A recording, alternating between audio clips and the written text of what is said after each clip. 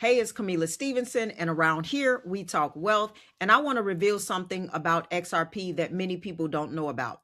For years, people acted like XRP was just another project the market ignored, like it just struggled for no reason at all, or like it never quite caught on. But the documents that just came out tell a very different story. They show that XRP wasn't ignored at all. It was noticed very early. It was discussed behind closed doors, and there were real efforts to block support for it before most people even knew what XRP was.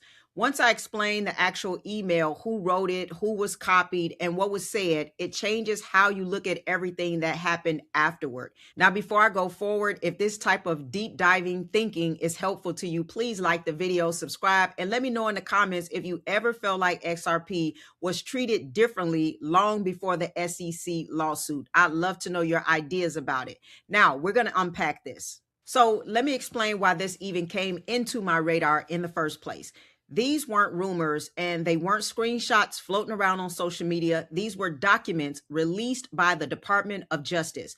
Buried inside of them were emails from the early days of crypto that most people never thought they'd see. One email in particular stood out to me because it wasn't vague and it wasn't subtle. It was written in 2014 by Austin Hill, one of the co-founders of Blockstream. If you're not familiar with Blockstream, this is not a small player. This is one of the most influential companies in Bitcoin's infrastructure. They had a massive role in shaping how Bitcoin actually works. In that email, Hill was talking to a small group of very powerful people, and what he was concerned about wasn't price, it wasn't regulation, it wasn't adoption. He was concerned about investors supporting Ripple and Stellar at the same time they were supporting Bitcoin-focused companies.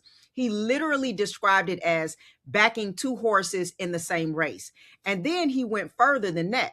He said that Ripple and Stellar were bad for the ecosystem they were building, and that anyone supporting those projects was essentially working against them. That's not competition playing out in public markets. That's private pressure behind closed doors. And here's something interesting. The people copied on that email weren't random. They were wealthy, influential, deeply connected to tech, finance, and early crypto infrastructure. This wasn't one guy venting. This was a coordinated conversation about who should and should not be funded. So when people say, why did XRP face so much resistance, or why did Ripple get treated differently? This is the first time we're seeing something concrete that helps explain the environment XRP was launched into. It wasn't ignored, it was noticed early, and it was viewed as a threat. And once you understand that, a lot of what happened later could start to make more sense. Now, one thing that I understand is that this wasn't normal competition. What stands out here is not just that the email exists, but what it reveals about how early power operated in this space. This wasn't Bitcoin competing with XRP in the market. This wasn't users choosing one network over another. This was infrastructure leaders deciding behind the scenes who should be allowed to receive capital and who shouldn't.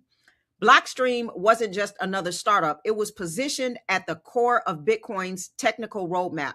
So when someone in that position says that Ripple and Stellar are bad for the ecosystem, that statement carries weight behind opinion. And when that same person pressures investors to choose sides, it tells you something important. It tells you XRP wasn't seen as irrelevant. It was seen as competitive enough to be shut out. That changes how you read the early history of this market, because if XRP were just another project, there would be no reason to care who invested in it, no reason to frame it as an enemy, and no reason to make funding a loyalty test. What this shows is that the early crypto landscape wasn't neutral. It was political, it was strategic, and it was already divided along lines that most retail investors never saw. This is also why this phrase, backing two horses in the same race, matters. It assumes a race in the first place. It assumes overlap. It assumes threat. And that's not how people talk about things that don't matter. So when people wonder whether XRP was suppressed on purpose, this email doesn't prove intent across the entire market, but it does show that at least one powerful group saw XRP as something that needed to be opposed early. And once that kind of framing exists at the infrastructure level, it influences everything downstream: narratives, funding, regulation, and perception. That's the environment XRP was launched into, not indifference, but opposition. Now, let me share what David Schwartz confirmed and what he didn't. See, after those emails started circulating, David Schwartz responded publicly, and his response is taken in consideration because he was there early and he understands exactly what the language meant at the time. He didn't dispute the email, he didn't downplay it, he explained it. He said very clearly that the message from Austin Hill meant that supporting Ripple or Stellar made someone an opponent in the eyes of that group, not a competitor, an opponent. He also said this likely wasn't an isolated view, that similar attitudes were probably expressed to many other people behind the scenes. Now, that's important because it tells you that this wasn't just one tense email, it was a mindset. At the same time, Schwartz was also careful to draw a line. He said he's not aware of any links between Epstein and Ripple, XRP, or Stellar. He said there's no evidence that anyone at Ripple or Stellar ever met Epstein or worked with people closely tied to him. That clarification is important because it keeps this grounded in facts instead of letting it drift into speculation. So here's what we're left with. We have documented proof that early Bitcoin infrastructure leaders viewed XRP and Stellar as threats. We have confirmation from Ripple's former CTO that this framing existed and likely went beyond a single email. And we also have a clear statement that XRP itself was not tied to Epstein or wrongdoing. That combination tells us a very specific story. XRP wasn't controversial because of scandal. It was controversial because of positioning. It sat at the intersection of payments, liquidity, and infrastructure in a way that directly challenged how some people wanted this ecosystem to evolve. And when you see it through that lens, the resistance XRP faced over the years stopped looking random. It starts looking very consistent. And let me just say this.